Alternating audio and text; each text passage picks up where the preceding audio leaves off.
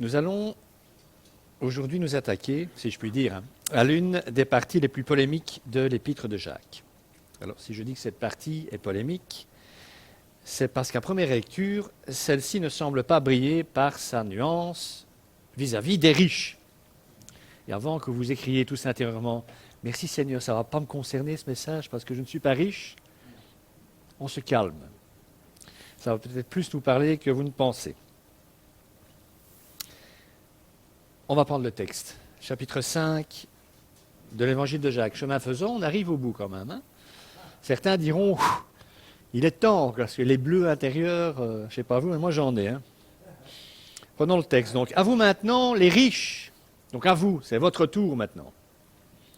Pleurez et gémissez à cause des malheurs qui viendront sur vous. Ça commence bien. Vos richesses sont pourries et vos vêtements sont rongés par les mythes. Votre or et votre argent sont rouillés et le rouille s'élèvera en témoignage contre vous et dévorera votre chair comme un feu. Vous avez amassé des trésors dans les derniers jours, le salaire des ouvriers qui ont moissonné vos champs et dont vous les avez frustrés crie, et les cris des moissonneurs sont parvenus jusqu'aux oreilles du Seigneur de l'univers. Vous avez vécu sur la terre dans les plaisirs et dans le luxe, vous avez rassasié votre cœur le jour de la boucherie. Vous avez condamné et tué le juste sans qu'il vous résiste.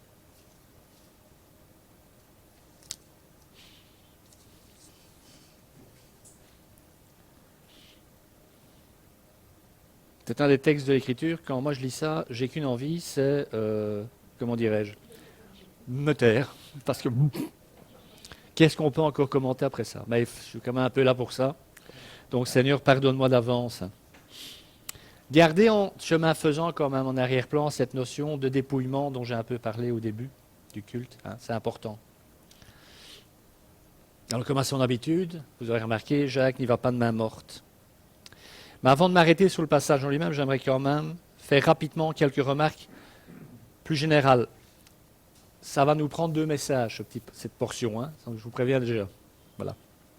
Tout d'abord, j'aimerais rappeler qu'à l'époque de Jacques, même si le temple et les synagogues étaient supposés prendre en charge certains pauvres, les veuves en particulier, et on comprend pourquoi, la justice sociale et l'aide aux plus démunis dépendaient grandement de la générosité des nantis, ne fût-ce qu'indirectement de par les dons qu'ils faisaient à ces institutions mêmes. Et même si, à côté de cela, la solidarité entre pauvres pouvait aussi exister, ainsi que celle plus naturelle sans doute entre les membres pauvres d'une même famille. Tout ça, ça existait aussi à l'époque, et Dieu merci. Alors je pense malgré tout que nous avons du mal à véritablement imaginer tout ça de nos jours, puisque depuis longtemps, dans nos sociétés dites démocratiques, c'est plus ou moins à l'État que revient la charge et la responsabilité de venir en aide aux plus faibles et aux plus fragiles d'entre nous, au travers de différents organismes sociaux que nous finançons par nos impôts. Merci Seigneur pour les impôts. C'est moi qui ai dit ça? Mais cela nous évite tout de même un peu de devoir regarder la misère dans le blanc des yeux, me semble-t-il, puisque nous ne sommes plus vraiment au quotidien en contact avec cette misère. Il n'en demeure pas moins vrai que la solidarité et l'équité dans ces matières peuvent être diversement interprétées et donc susciter des questions.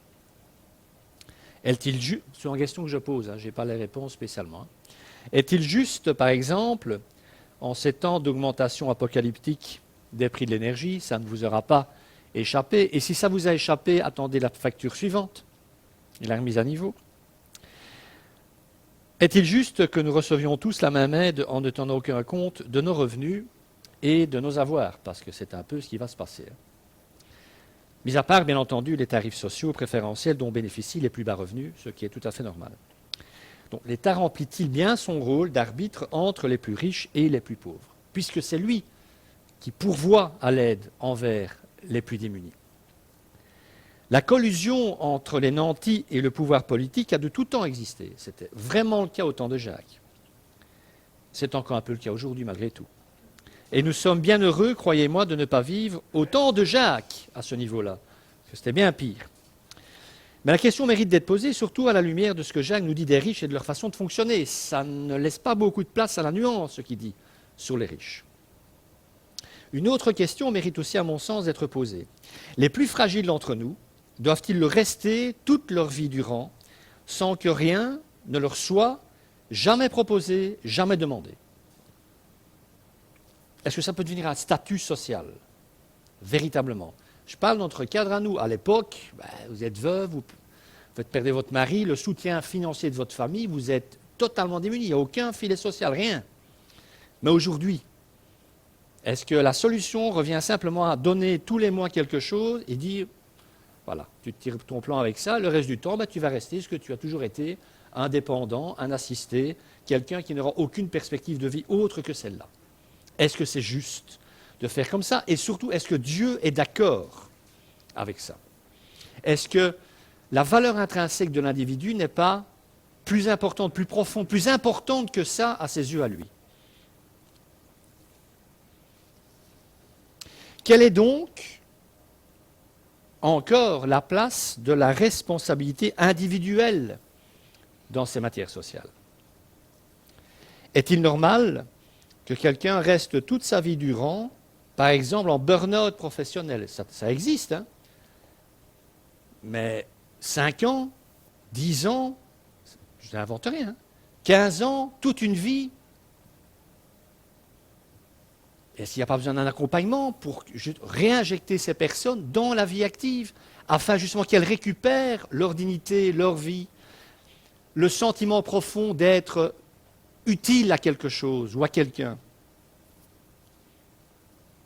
Est-il normal, c'est aussi financé par les impôts, hein, est-il normal que l'on aide davantage les femmes seules parce qu'elles doivent élever seules leurs enfants, alors que le choix de leur conjoint et le nombre d'enfants qu'elles ont eus relèvent de leur responsabilité personnelle?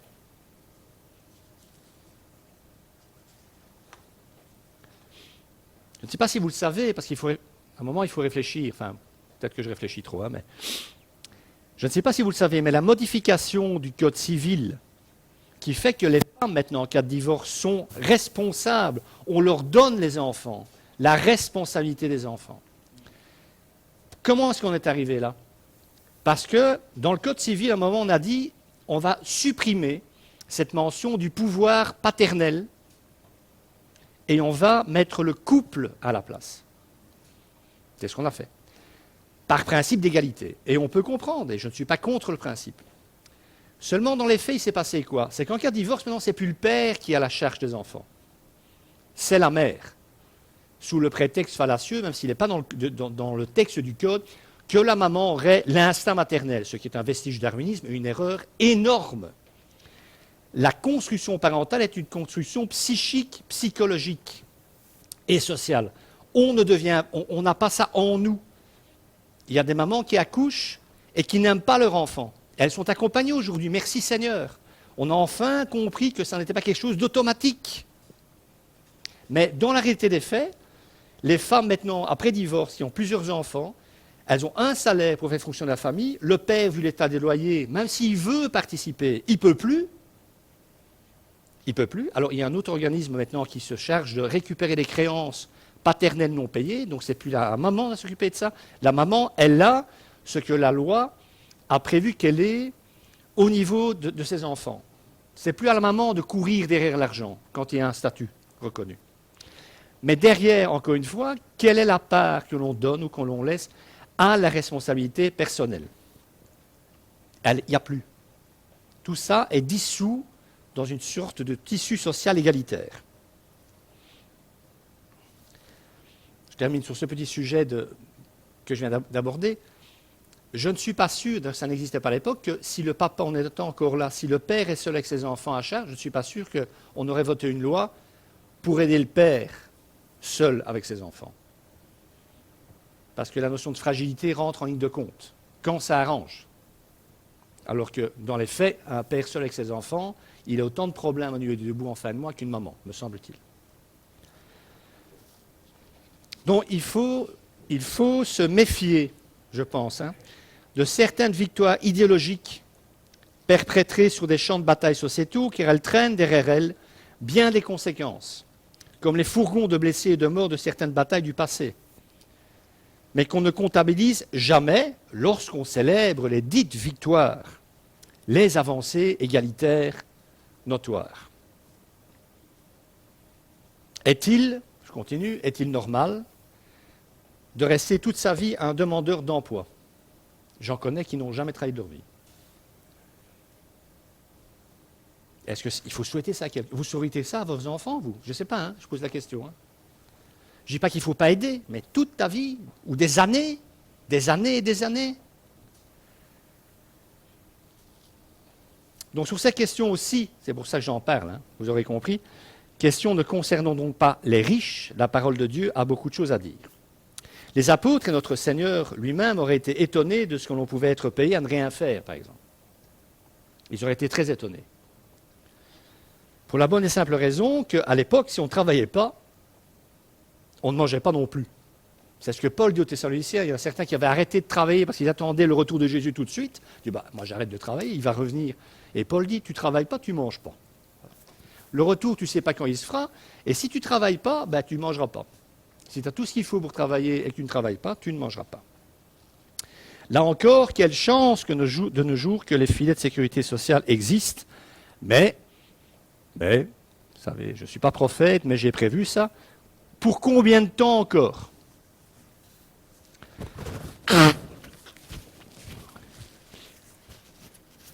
Et je ne vous parlerai pas pour être taquin du fait qu'on va vers une 6e réforme de l'État, je n'en parlerai pas.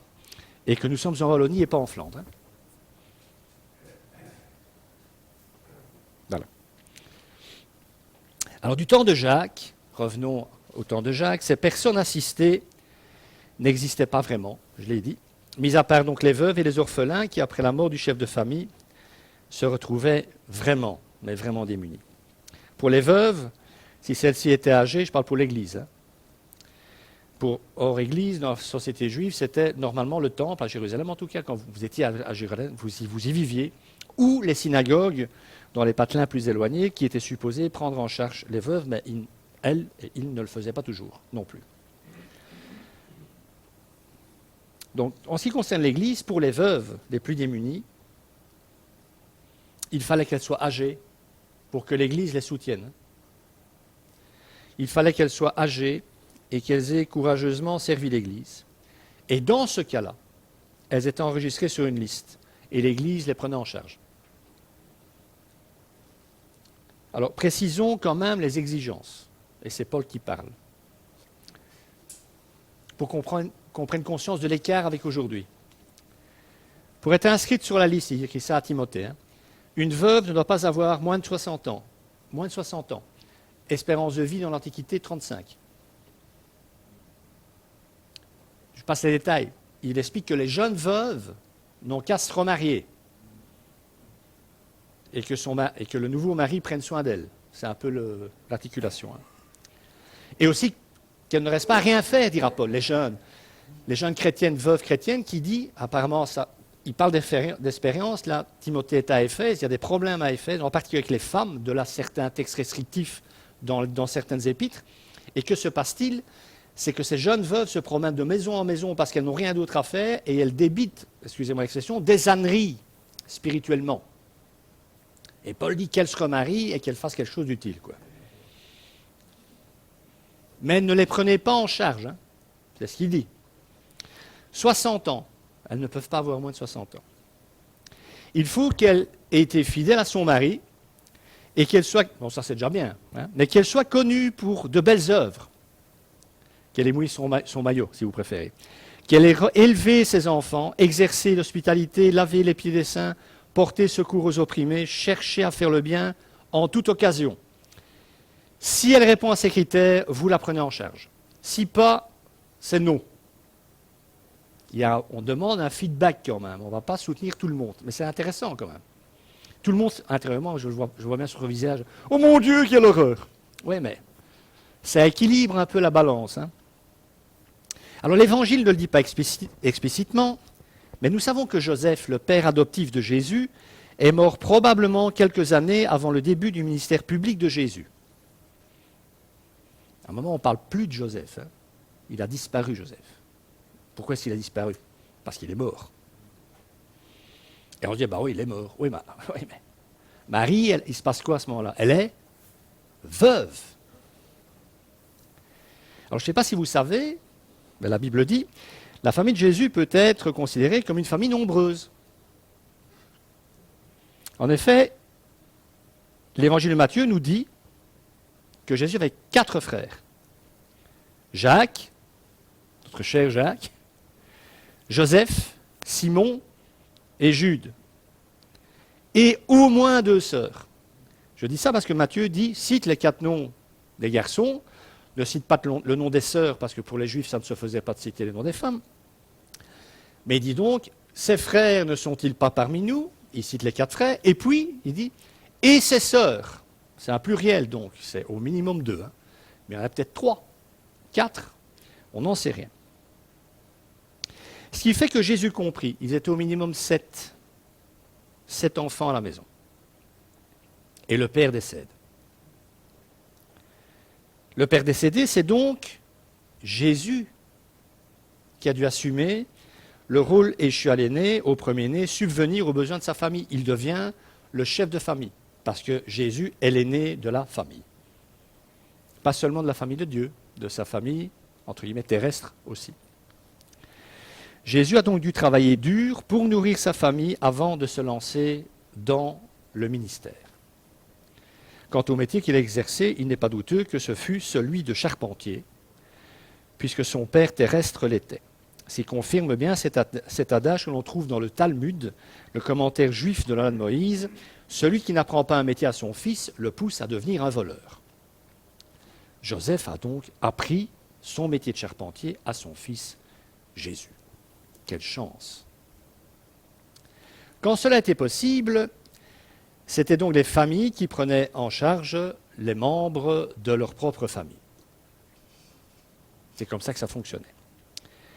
Ce qui fait réfléchir là aussi sur le soin, j'aurais dit, vous aurez eu la dose aujourd'hui, hein, sur le soin que nous prenons des membres de notre famille, à commencer par nos parents. Je ne suis pas fier sur ce coup-là non plus, je vous le dis. Hein. De moi, hein, j'entends. Les différents scandales qui éclatent pour l'instant dans certaines maisons dites de repos sont éclairants sur ce que nous sommes devenus en tant que société et civilisation. C'est ce que nous sommes devenus, la façon dont on traite les aînés. Il est en tout cas évident qu'au 1er siècle de notre ère, bien peu de pères auraient laissé leurs fils végéter et passer leur temps à ne rien faire, pas plus qu'on ne se serait débarrassé de ces aînés, en comptant sur d'autres, pour s'en occuper mieux et les aimer plus que leurs propres enfants, sous prétexte que ces autres-là sont payés pour ça. Donc à part quelques pharisiens, à qui Jésus a justement reproché leur attitude et leur négligence vis-à-vis de leurs parents, le mot d'ordre était qu'il fallait se serrer les coudes et se venir en aide au sein d'une même famille, au sein même d'une même communauté. Alors on lit parfois certains passages, je l'ai dit, des évangiles avec une telle distance théologique, parce qu'on fait de la théologie, qu'on en vient à passer sous silence les réalités sociales que ces textes que nous lisons sous-tendent. Il y a des réalités sociales. Pour un exemple, à 2 reprises au moins, mais ça dit quelque chose de leur métier, à 2 reprises au moins les pêcheurs, qui étaient Pierre, André, Jacques et Jean, rentrent bredouilles de toute une nuit de pêche. Donc toute une nuit à pêcher et ils prennent rien. Il y a au moins 2 fois dans l'Évangile où c'est dit explicitement. Alors, mais ça veut dire quoi, indépendamment que Jésus vient jeter vos filets? Ok, magnifique, hein, pêche miraculeuse. Mais ça signifie quoi, pratiquement, pour ces pêcheurs qui ont des familles? Alors vous allez me dire, oui, Pierre a une femme. Oui, mais les autres, ils ont une famille, ils ont un père, voilà, ce sont des petites entreprises, d'accord? Et comme on prend soin de ses parents jusqu'à leur mort, il faut que l'argent rentre. Donc ça signifie, je ne prends rien, déjà, je ne fais pas manger ma famille puisque je ne prends pas de poisson. Ça, c'est le premier niveau. Et puis surtout, je n'aurai pas de poisson à vendre sur les marchés autour du lac de Galilée. Autrement dit, ma famille va passer par des temps difficiles puisque je n'ai rien pris. Moment difficile rendu encore bien pire vu j'en ai déjà parlé à d'autres moments, mais vu la charge taxative en place à l'époque. Je rappelle que les Juifs payaient des taxes pour l'entretien et l'embellissement du temple, et pour différentes autres choses que la loi de Moïse prévoyait, ainsi que des taxes aux occupants romains pour l'entretien des infrastructures, certaines constructions, ainsi que pour les terres et les récoltes, sans oublier celles sur les denrées commerciales, le blé, le vin, l'huile, etc. On ne pouvait pas entrer dans une ville en Judée, en Samarie ou en Galilée, surtout en Galilée, parce que les voies d'accès principales venaient de là. On ne pouvait pas entrer en main dans un village sans payer une taxe sur ce qu'on y amenait. C'est ça la réalité sociale. Et je passe aussi le fait qu'à un moment, les disciples de Jésus disent à leur famille « Ciao bello, moi je suis le maître. Hein. Mettez-vous à la place du père de Jean et Jacques. Vous faites quoi? Ah ben le rabbi de Nazareth, nous on le suit, quoi. Et nous? On devient quoi, nous? Vous comprenez? Là aussi, il faut comprendre l'impact sociologique et familial qu'a eu le ministère de Jésus. C'est pour ça qu'on peut comprendre que, ça n'excuse rien, mais que même des Juifs de basse extraction, dans certains villages, ils n'étaient pas trop d'accord avec Jésus. Parce qu'il a vidé en partie les sources fortes et vives qui alimentaient le secours dans les familles. Ceux qui avaient des bras pour travailler.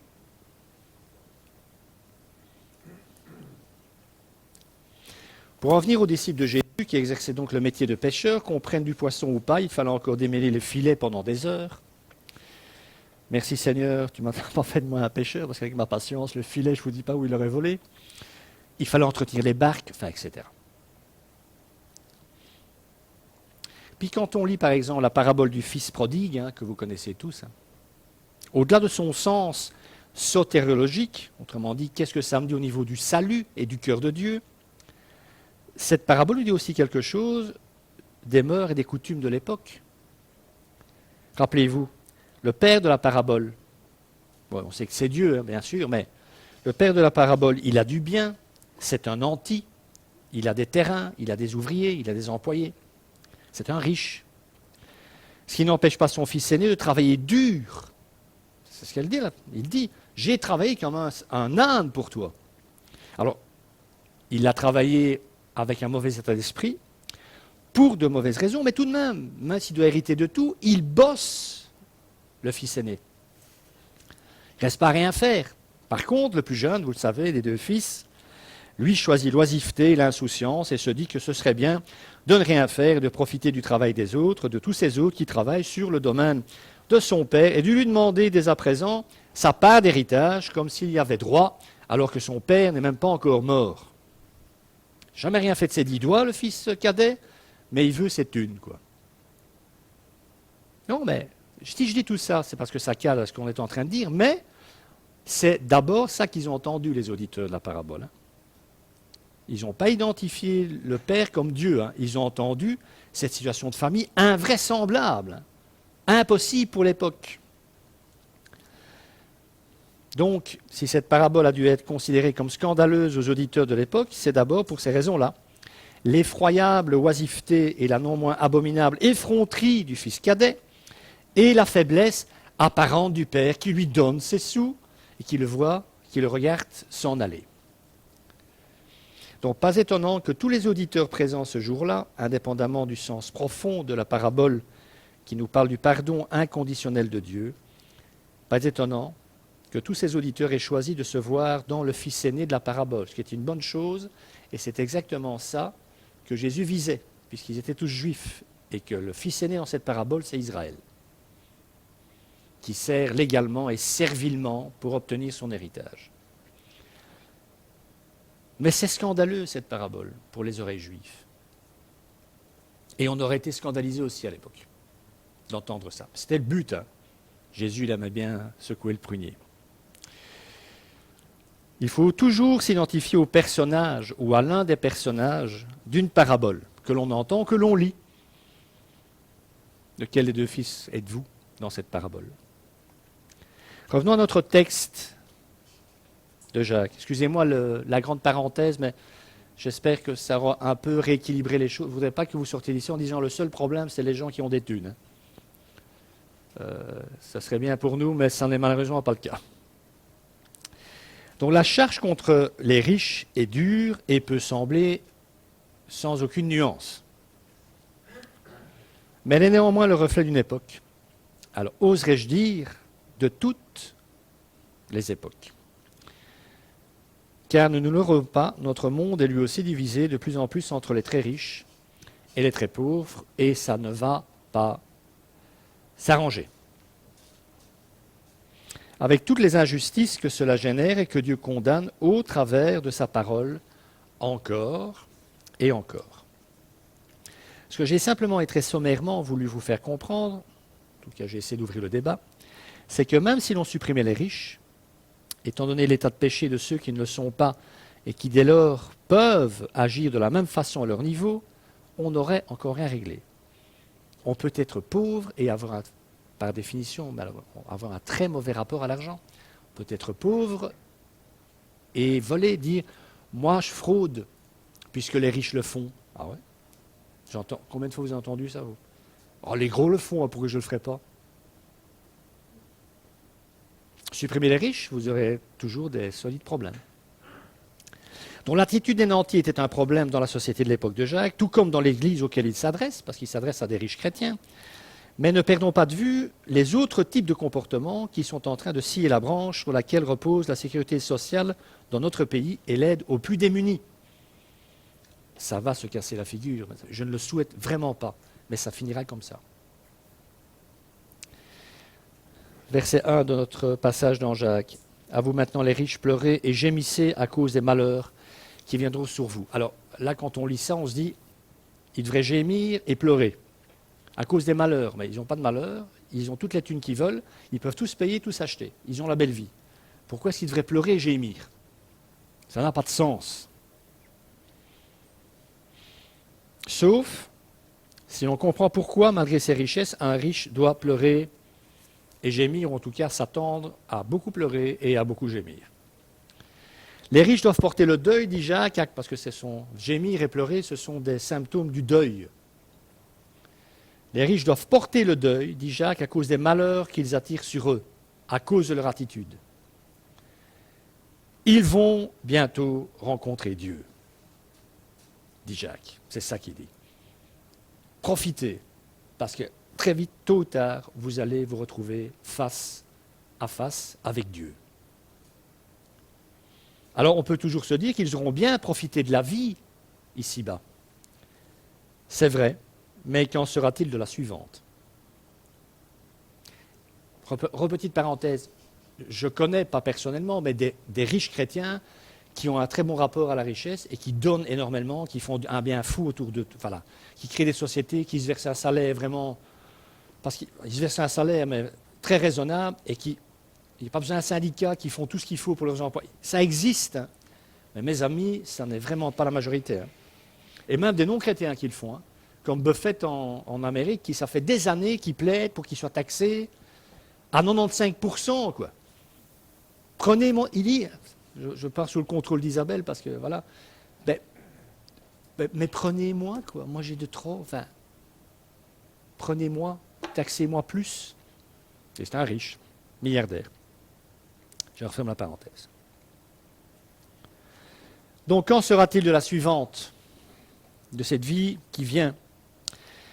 Une vie de richesse pendant une septantaine d'années, 80 ans, et une vie de pauvreté et de larmes pour, éventuellement, l'éternité. Et l'intensité du remords sera proportionnelle à leur prise de conscience, puisqu'ils seront face à face avec Dieu. Ils ne prennent pas conscience, ils sont conscients de rien, ils seront face à face dans la présence même de Dieu, croyez-moi, là, ils vont bien comprendre. Parce qu'il n'y aura plus de parenthèse, plus de paravent entre eux et Dieu.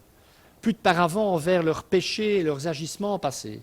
Ils vont savoir au plus profond de leur âme et de leur cœur ce qu'ils ont fait et ce qu'ils n'ont pas fait. Ça va être valable pour nous tous aussi, hein, entre parenthèses.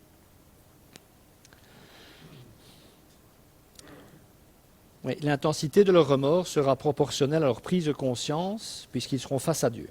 Et ce remords sera dès lors, vous en doutez, terrible. Et la repentance douloureuse. Ça va faire très mal. La honte et les remords les habiteront alors. Ils verront qu'ils ont été des intendants infidèles, Ils se lamenteront sur les occasions qu'ils ont manqué de faire le bien avec les richesses que Dieu leur avait données. Ils pleureront sur leur convoitise et leur égoïsme. Ils comprendront qu'ils ont été de mauvais employeurs, qu'ils ont exploité, c'est ce que Jacques dit, leurs ouvriers. À l'époque de l'Antiquité, je vais traiter quelque chose de terrible, mais les historiens vont plutôt dans ce sens-là. Il valait mieux être esclave parfois qu'ouvrier. Les esclaves, ils avaient à manger tous les jours. Alors parfois c'était terrible, soyons clairs. On les tuait comme on voulait, c'était une marchandise, ce n'était pas des êtres humains. C'était un statut, plus maintenant en Europe pour les animaux, maintenant le statut a changé, ce sont des êtres sensibles. À l'époque, un bœuf avait plus de valeur qu'un esclave. Mais la condition des ouvriers est encore bien pire, souvent. Ils devaient trouver du travail tous les jours. Et ils étaient souvent sous-payés, maltraités aussi. Ils vont donc regretter ça, ce jour-là, les riches, de ne pas avoir bien traité leurs employés. Leurs yeux s'ouvriront sur le péché qui consiste à chercher la sécurité dans les choses matérielles plutôt que dans le Seigneur.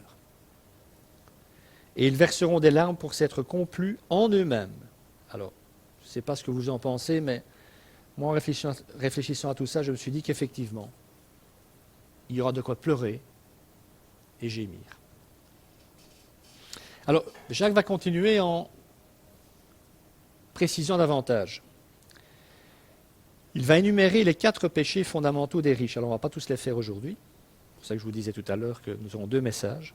Le premier de ces péchés est celui d'amasser des richesses. On thésaurise, on accumule. Votre richesse, dit-il, sera depuis longtemps tombée en pourriture, dit Jacques. Ce terme est intéressant. Vos vêtements seront rongés par les mites. Votre or et votre argent seront corrodés. Cette corrosion témoignera contre vous. Elle dévorera votre être comme un feu. Alors pourquoi cette corrosion des métaux précieux est-elle un problème? Je rouille, ce n'est pas une bonne traduction. L'or et l'argent ne rouillent pas, mais ils corrodent avec le temps. Eh bien, cette corrosion témoigne justement d'une avidité dépassant toute mesure. On entasse encore et encore, alors qu'on n'aura jamais l'occasion en une vie de tout dépenser pour soi-même ou pour les autres. On entasse, on entasse, on entasse. Et on n'en fait rien. On n'en fait pas ce qu'on devrait en faire.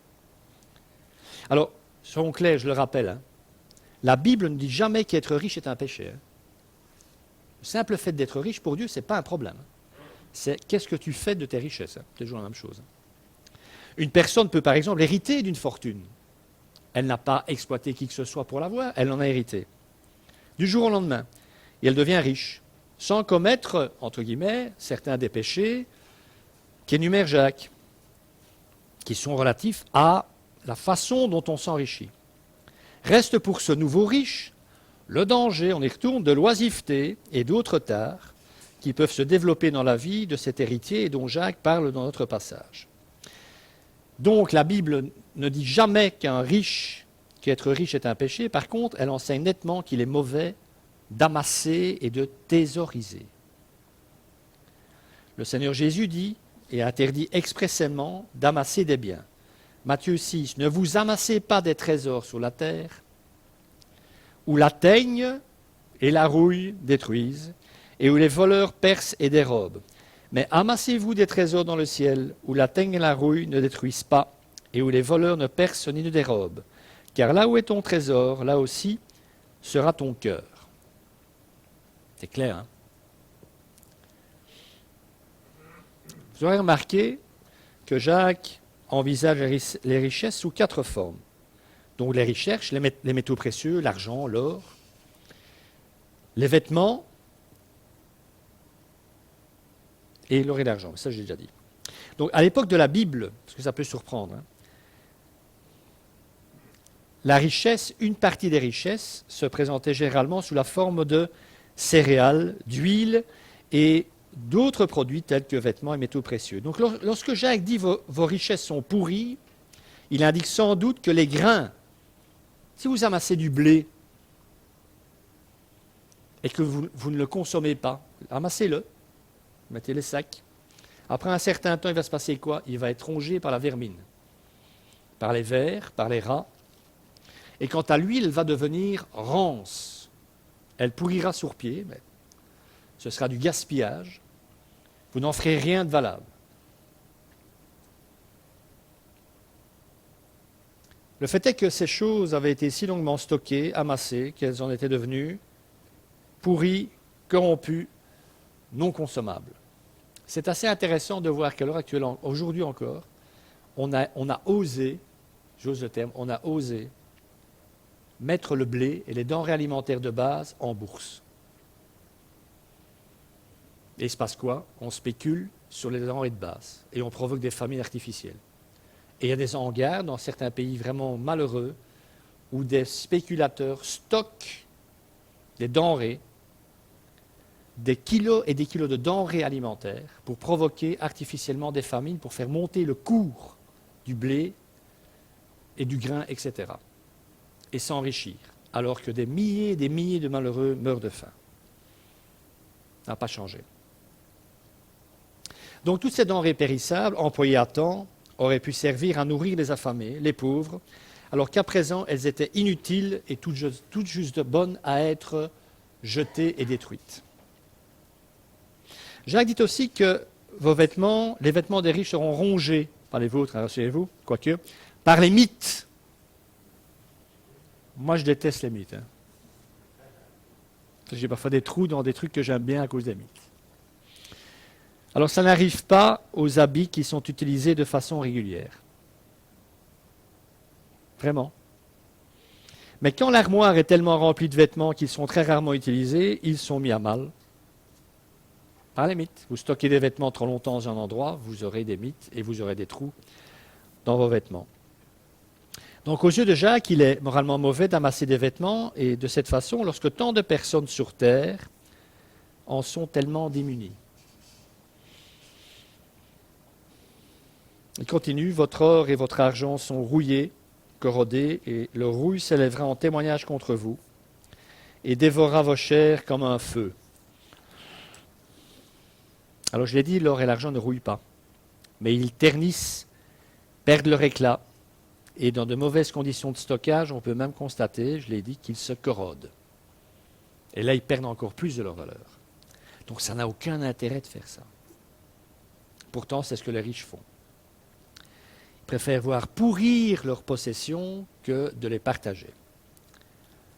Au lieu d'employer leur argent pour le faire travailler, nourrir les affamés, vêtir les misérables, ce pourquoi Dieu a permis que les richesses existent, fournir des médicaments aux malades et accessoirement propager l'Évangile, parce qu'en faisant ça, un riche chrétien propagerait l'Évangile sans même ouvrir la bouche.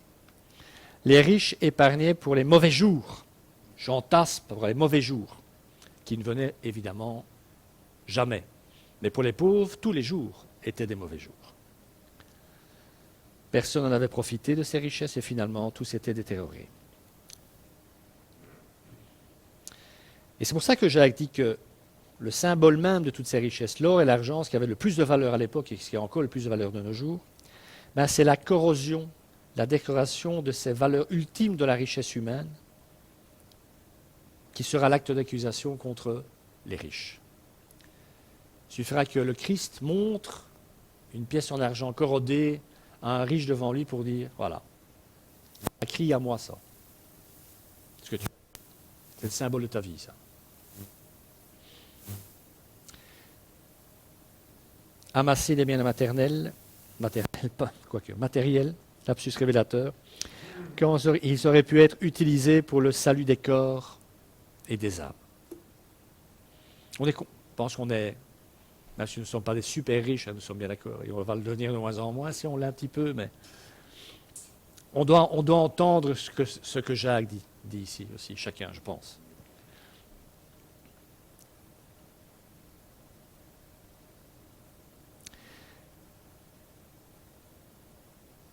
Lorsque les yeux des riches s'ouvriront, parce que ça arrivera un jour, et qu'ils verront la cruauté de leur égoïsme et leur cupidité en pleine lumière, l'expérience sera terrible.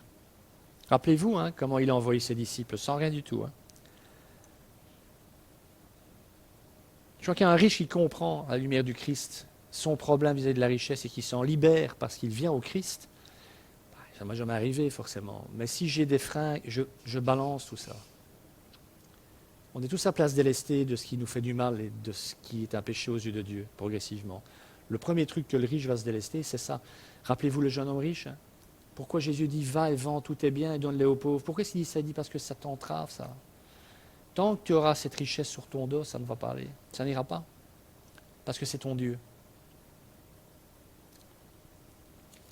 Le problème des riches à l'époque de Jacques, et à notre époque, et c'est ce qui est le plus terrible sans doute, c'est que ces gens ne se posent pas de questions. Où ça s'arrêterait, où ils donneraient, où ils seraient généreux. Ils ne voient pas leur attitude, leur égoïsme et surtout leur addiction à l'argent comme un problème et encore moins comme un péché. Mais qu'arrivera-t-il quand, dans la pleine présence de Dieu, ils seront mis à nu, dépourvus des atours que leur procurait leur richesse? Les tuniques de peau que Dieu nous a façonnées, vous vous rappelez, dans le jardin d'Éden à l'aube de l'humanité, peuvent avoir pris, depuis l'époque, l'aspect de bien des idoles aujourd'hui. Ces tuniques de peau peuvent représenter bien des dépendances et bien des blessures. Mais une chose est sûre, c'est que notre Père nous a donné son Fils pour que nous changions de tailleur, si je puis dire. Et que nous revêtions nos belles tuniques blanches de fin lin, qui reviennent souvent dans les livres des prophètes. Ce vêtement, qui était le vêtement traditionnel des prêtres que nous sommes, c'est ce vêtement-là qu'on doit porter. Si on doit être revêtu d'une richesse éventuelle devant Dieu, c'est de cette richesse-là, c'est de ce vêtement-là, qui est spirituel. Le seul vêtement qui sied à des prêtres de la Nouvelle Alliance, qu'ils soient riches ou qu'ils ne le soient pas. Que le Seigneur bénisse sa parole.